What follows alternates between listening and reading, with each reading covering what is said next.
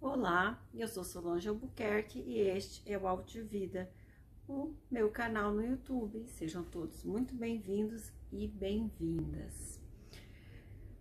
A semana passada eu falei a respeito de autismo e comorbidades, parte 2. E hoje estarei falando sobre autismo e comorbidades, parte 3. É importante lembrar que o autismo muitas vezes vem acompanhado de uma comorbidade. O que é? Quando a pessoa é autista e tem mais uma condição clínica, né? Que pode ser o transtorno de déficit de atenção e hiperatividade, pode ser também deficiência intelectual. E hoje falarei para vocês a respeito do transtorno do déficit de atenção e hiperatividade. Além da pessoa ter o TEA, também tem um desses transtornos. O transtorno do déficit de atenção e hiperatividade, o que acontece? Ele tem o transtorno de déficit de atenção, no caso, ele pode ser desatento, ele pode ser hiperativo, impulsivo e ele pode ser o combinado. Muitas vezes, como eu também comentei no vídeo passado, o diagnóstico da comorbidade, que é muito importante, ele pode mascarar o diagnóstico de TEA. Porque o que acontece? Muitas vezes vem o diagnóstico do TEA e não vem o da comorbidade. O ideal é conseguir diagnosticar os dois. Outras vezes vem o diagnóstico da comorbidade, mas não vem o diagnóstico do TEA. E o que acontece? No caso das crianças com transtorno do déficit de atenção e hiperatividade, de 20 a 30% dessas crianças, elas terão dificuldade escolar, dificuldade na aprendizagem. Então, olha aí a importância do diagnóstico vir o TEA mais o diagnóstico da comorbidade.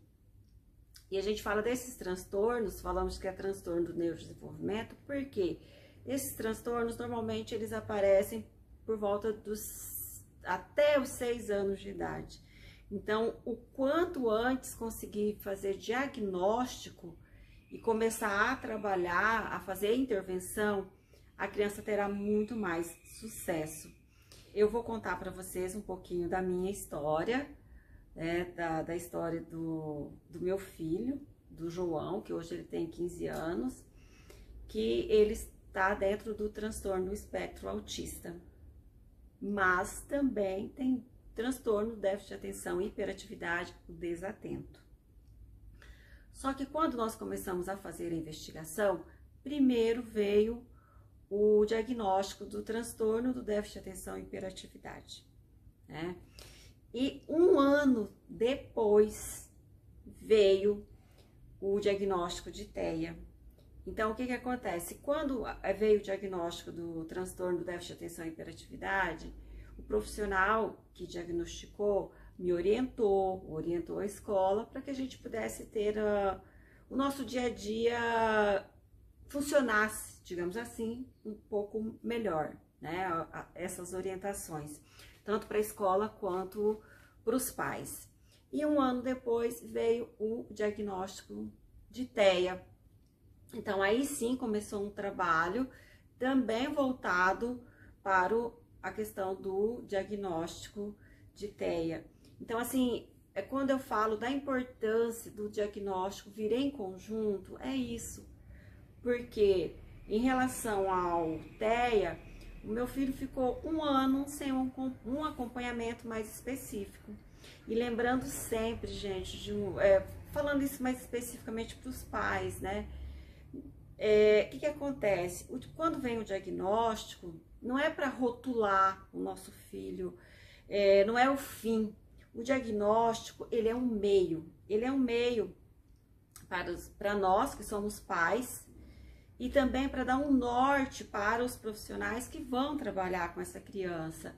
E a questão da escola também, né? Quando eu falo os profissionais, envolve também os professores, os profissionais da educação que estão na escola. Então, lembre-se sempre, pais especialmente, o diagnóstico, ele é um meio para que os nossos filhos consigam prosperar, consigam evoluir.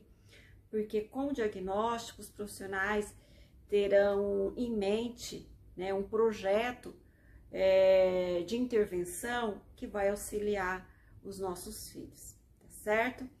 Até o próximo vídeo, muito obrigada. Gostou? Curte, compartilha e se inscreva no canal.